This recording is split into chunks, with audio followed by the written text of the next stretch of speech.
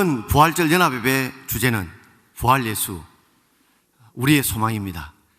제가 선창하면 세 번 따라하겠습니다. 부활예수, 우리의 소망. 부활예수, 우리의 소망. 부활예수, 우리의 소망. 할렐루야. 자, 이 시간에 대구 기독교 총연합회 대표장이신 그리고 서모교회를 섬기고 계시는 장예일 목사님 나오셔서 인사 및 개회 선언이 있겠습니다. 우리 대구 기독교 총연합회가 지난 50여 년 달성공원에서부터 시작된 부활절 새벽 연합 예배, 한 해도 빠진 적이 없는 스타디움 연합 예배를 이번에 취소할 수밖에 없었던 슬픔이 대회장으로서 마음속에 깊이 있습니다. 그리고 송구함도 있습니다. 우리가 이 전통은 이어가자 대구교계 귀한 대표자들끼리 한 200~300명 모여서 예배드려도 우리는 그리스도 안에서 한 몸임을 확인하고 그리스도의 부활을 높일 수 있다. 임원들이 마음을 모으고 뜻을 모아서 조촐하게 범어 예배당에서 부활절 감사 예배를 드리게 됐습니다. 오늘 뉴스에 보니까 팬데믹 현상 속에 전 세계 확진자가 170만 명이 넘어가고 있고 사망자가 11만 명이 넘어가고 있습니다. 이런 중에 조금 일찍 시작됐던 우리 대한민국의 코로나가 우리 시민들과 국민들과 당국자들과 의료진들의 정말 피나는 수고와 애씀 속에 지난 한 주간 50명 밑으로 떨어지고 대구는 제로 상태, 어제 7명, 오늘 2명 이렇게 참 진정될 수 있게 된 것, 사람의 수고이기도 하지만 우리 하나님께서 부활절에 우리 대한민국의 대구교회에 주신 너무나 놀라운 선물이 아닌가, 저는 그렇게 작은 마음으로 한번 믿어보고자 합니다. 믿으시면 아멘. 우리 교계 지도자들이 다시 한번 각 교회로 흩어지면서 예수 승리하셨다고, 사망을 이겨내셨다고, 세상의 어떤 것도 우리의 부활 신앙을 막아낼 자가 없다라는 이 강한 확신을 갖고 어두운 세상 가운데 빛이 되고 절망하고 있는 이 대구 도시의 희망의 등불이 되는 우리 귀한 지도자들, 우리 교회 성도들 다 될 수 있기를 주 예수 이름으로 축복합니다. 환영하면서 2020년 대구 부활절 연합 예배를 개회합니다. 감사합니다. 2020년 대구 기독교 부활절 연합 예배 말씀을 전해주실 목사님은 대구 중앙교회를 심호하시는 박병욱 목사님이십니다. 부활이 없으면 우리는 아무것도 아니다라는 제목으로 말씀 주실 때에 많은 은혜 받으시길 바랍니다. 나오실 때 우리 큰 박수로 한번 격려해 주시기 바랍니다. 지금 우리는 코로나19로 인하여서 고난의 시간을 보내고 있습니다. 우리가 코로나19와 이렇게 정신없이 싸우고 있을 때 한 언론은 대구를 보도했습니다. 대구에는 대탈출도 없다, 공황 상태를 찾아볼 수도 없다, 폭동도 없다, 생필품 사재기도 없었다. 대구 시민들은 다른 지역으로 피해가지 않았다. 또 대구에 있는 것을 얘기했습니다. 대구에는 결의와 자신감, 절제와 고요함, 자발적 희생, 연대와 배려가 있었다고 보도를 했습니다. 기독교 병원 동산병원은 많은 재정적 적자를 감수하고 지역 거점 병원으로 병원을 내주었습니다. 전국에서 달려온 간호사와 의사들의 자원봉사가 시작이 되었습니다. 자영업자를 돕는, 임대료를 내려받거나 면제하는 착한 건물주 운동도 확산이 되었습니다. 기자는 이 같은 기사를 전하면서 대구 시민들의 위대한 행동을 칭찬했습니다. 또 도시의 품격이 나타난다, 이런 표현까지 썼습니다. 모든 공직자와 시민이 하나가 되어 대구뿐만이 아니라 대한민국을 지킨다는 마음으로 여기에 임했습니다. 교회가 하나 되어 기도했고 위기 대응을 잘했습니다.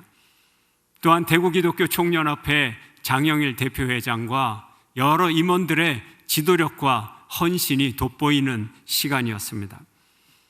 저는 이 사진을 보면서 대구를 많이 알게 되었습니다. 이 사진은 매일신문이 가진 자료인데요. 사진 좀 보여주시기를 바랍니다. 제가 이 사진을 보면서 대구에 대해서 알게 된 여러 가지가 상징적으로 이 사진 속에 담겨 있습니다. 먼저 대구라는 글자 뒤에는 사과가 3개가 그려져 있어요. 대구 그러면 사과죠. 이 사과는 어떻게 된 겁니까? 1899년 동산병원 초대 원장 존슨 선교사가 미국의 미주리에서 가져온 묘목에서부터 사과의 고장으로 발전이 되었습니다. 대구 사람들 이 사과 때문에 먹고 살고 사과 때문에 자식들 학교 보내고 대학 보내고 그렇게 살았습니다. 복음에 빚졌어요. 복음 때문에 영원히 구원을 얻고 사과를 가지고 부유하게 되고 선교사가 세운 학교에서 공부를 하고 몸이 아플 때는 선교사가 세운 병원에 가서 병을 고치고 우리 대구는 복음에 빚진 바가 많은 그런 도시인 것입니다. 저기에 보면 이정표의 배경이 낙동강입니다. 상징적인 의미가 담겨 있습니다. 우리 그 이전에 저기 써져 있는 글씨가 보이십니까? 여러분 혹시? 맨 위에 있는 글씨 한번 읽어볼까요? 시작. 너도 나도 사랑하자. 백두산 가는 길을 대구. 백두산 가려면 대구를 지나가야 됩니다. 대구가 함경도에 있나요? 경상도에 있습니다. 백두산 가는 길입니다. 1950년도에 모든 이정표에 대구는 백두산 가는 길이었습니다. 6.25 전쟁 발발 직후에 인민군은 남으로 밀려 내려왔습니다. 김일성은 8.15 전에 광복절 전에 부산을 점령해서 적화 통일을 하는 목표로 8월 공세를 시작을 했습니다. 1950년 8월 3일부터 29일까지 27일간 칠곡 다부리에서 격전이 벌어집니다. 그 전선의 길이는 12km, 시체가 2겹씩이나 쌓이는 그런 엄청난 희생을 치르고 이 전투에서 실패한 인민군은 전력을 잃어버리고 시간을 끌다가 유엔군의 개입으로 이제 북쪽으로 도망을 치게 되었습니다. 전세가 역전되었습니다.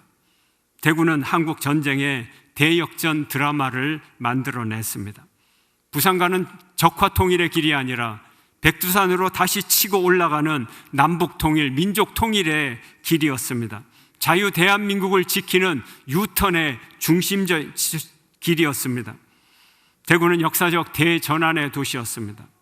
그리고 역사적 대전환을 갈망하는 도시였습니다.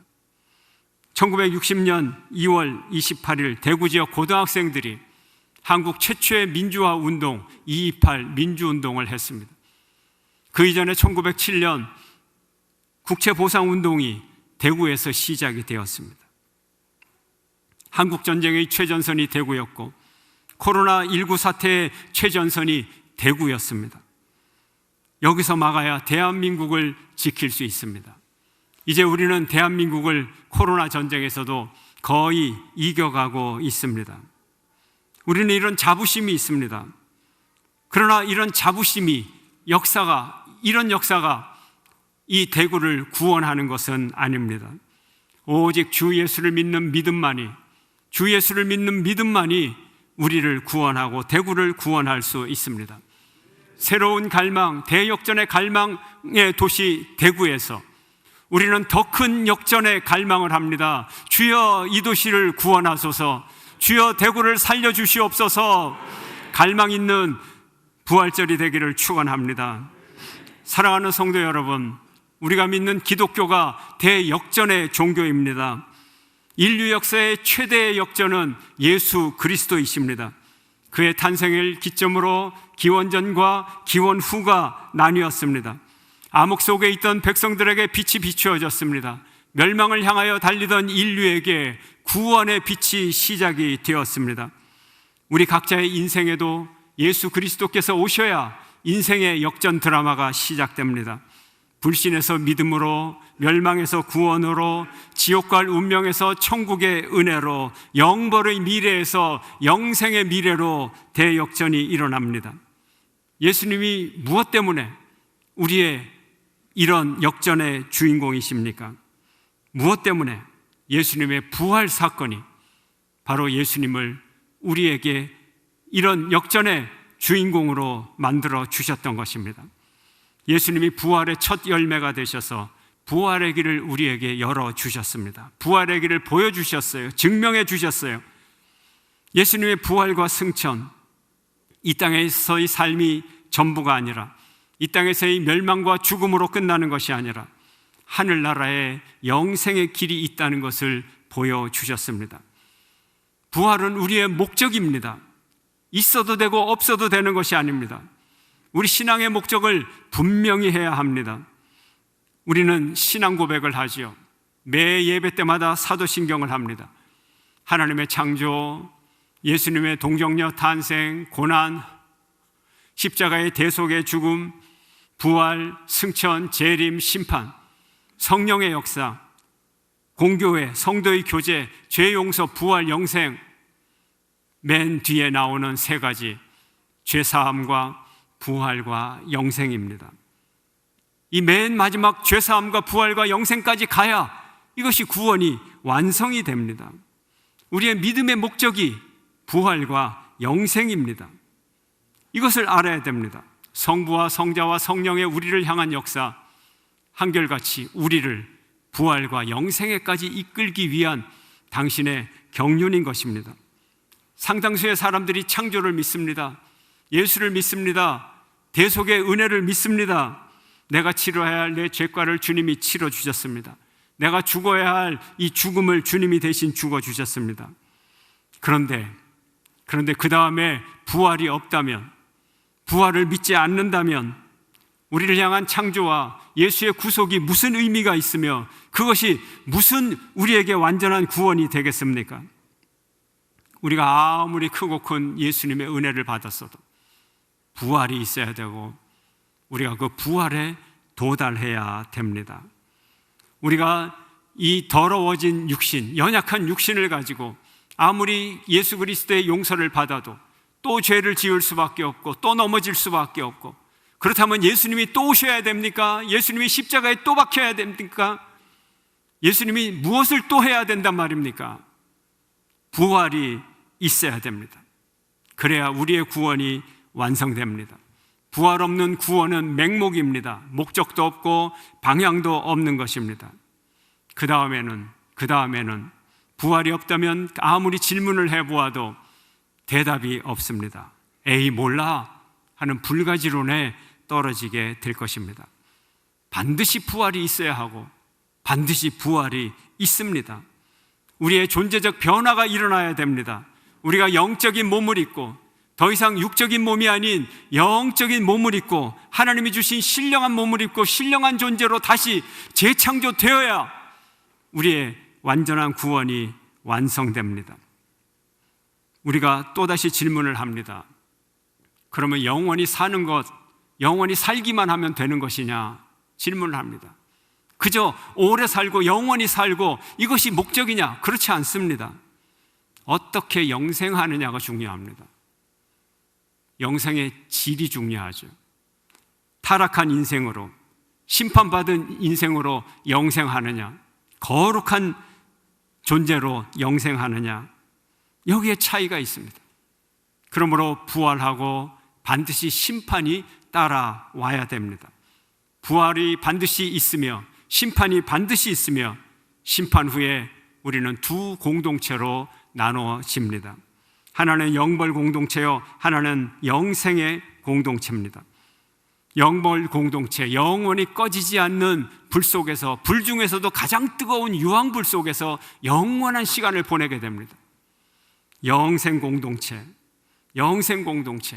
하나님의 거룩한 영광의 빛 아래서 천군 천사와 함께 이 땅에 구원받은 모든 피조물과 함께 구원받은 모든 성도와 함께 하나님께 드리는 영원한 예배와 경배, 이것이 영생 공동체가 누리는 천국에서의 축복입니다. 오늘날 교회는 부활신앙 공동체이며 오늘날 부활신앙 공동체는 예배 공동체입니다. 우리는 2020년 부활절을 맞아 우리의 삶의 대전환을 이루어내야 됩니다. 대전환의 도시 대구에서, 대전환을 갈망하는 도시 대구에서 우리는 영적인 대전환을 꿈꾸며 하나님 앞에 나갑니다. 첫째, 우리는 참된 예배를 회복해야 됩니다. 2020년 부활절, 우리가 이런 예배를 드리는 적이 없었죠. 우리는 온 인류가 하나님 앞에 돌아오는 위대한 비전을 꿈꿉니다. 상황이 어떻든 이 비전에는 변함이 없습니다. 이 비전은 부활한 성도들이 하늘 보좌 앞에서 영원히 하나님께 찬양하며 영광 돌리는 비전입니다. 이 세상에서의 예배는 바로 이 하늘나라 예배의 그림자입니다. 이 세상에서의 예배는 하늘 예배의 형상입니다. 그리고 우리가 하나님의 영광스러운 빛 앞에서 영원히 드릴 예배를 제한된 이 세상에서 잠시 맛보는 맛보기 예배입니다. 하늘 예배를 미리 맛보는 예배자들, 부활의 생명을 이미 가지고 그 속에서 이미 부활의 생명이 싹트고 움트고 있습니다. 코로나19를 통해서 우리의 예배가, 우리의 모임이 중단이 되었습니다. 하나님이 우리 예배를 중단시킨 겁니다. 멈추신 겁니다. 여러분, 우리가 엘리베이터를 쉴 사이 없이 이용하지만 엘리베이터가 멈출 때가 있어요. 언제 멈춥니까? 점검 중. 우리 예배를 점검하고 성찰하고 반성하고 우리를 돌아보아야 됩니다. 형식적인 예배를 버리고 육적인 예배를 이제는 다 버리고 오직 성령과 진리 안에서만 드리는 참 예배를 회복하는 저와 여러분 되시기를 축원합니다. 두 번째, 이웃사랑을 회복해야 됩니다. 우리가 입버릇처럼 얘기하던 그 이웃사랑 점검하고 회복해야 됩니다. 코로나19를 통하여 우리가 깨달은 교훈은 우리 사회의 모든 사람은 한 몸이다 하는 것입니다. 한 사람이 모든 공동체를 죽음에 이르게 할 수도, 그리고 건강하게 할 수도 있습니다. 우리 각자 한 명 한 명은 공동체 전체와 같은 절대적인 존재인 것입니다. 오늘 우리는 우리 사회를 돌아봐야 됩니다. 몸을 돌아봐야 됩니다. 우리 사회를 이해하는 키워드가 있습니다. 우리 사회를 이해하는 키워드가 어떤 것들입니까? 무한경쟁, 약육강식, 승자독식, 자연선택, 빈익빈, 부익부, 각자도생, 이런 말이 익숙한 시대를 우리가 살아갑니다. 경쟁이 정의인 줄 알고 너무 지나친 경쟁을 하다 보니 이웃을 원수로 여기는, 이웃을 한 몸으로 여기지 않고 원수로 여기는 그런 일이 벌어졌습니다. 입시제도가 왜 안 고쳐집니까? 입시 그러면 반드시 따라오는 단어가 있습니다. 입시 경쟁. 입시 경쟁을 경쟁으로 보는 한 입시의 문제는 해결되지 않습니다. 방송에 나온 패널 중에 심리학자가 청중들에게 이런 질문을 합니다. 여러분, 폭력배와 사기꾼 중에서 진정한 사이코패스가 누군 줄 아십니까? 질문을 던졌어요. 사기꾼입니다. 물론 폭력배도 사이코패스겠죠. 그러나 그 기준이 뭐냐? 심리학적인 기준, 중요한 기준 중에 하나, 공감 능력이 있느냐 없느냐. 이것이 사이코패스의 기준이라는 겁니다. 우리가 한 사회를 살아가면서 이웃을 넘어뜨리고 공감하지 못하고 경쟁의 대상으로, 넘어뜨려야 할 대상으로 그렇게 몰고 가는 한 이 사회를 살아가는 모든 사람은 사이코패스가 되는 거예요. 우리는 성도입니다. 선택하시기를 바랍니다. 여러분은 이웃사랑의 사람이 되겠습니까? 사이코패스가 되겠습니까? 결단하시기를 바랍니다. 공동체가 내 몸입니다. 이웃사랑을 회복하는 저와 여러분 되시기를 축원합니다.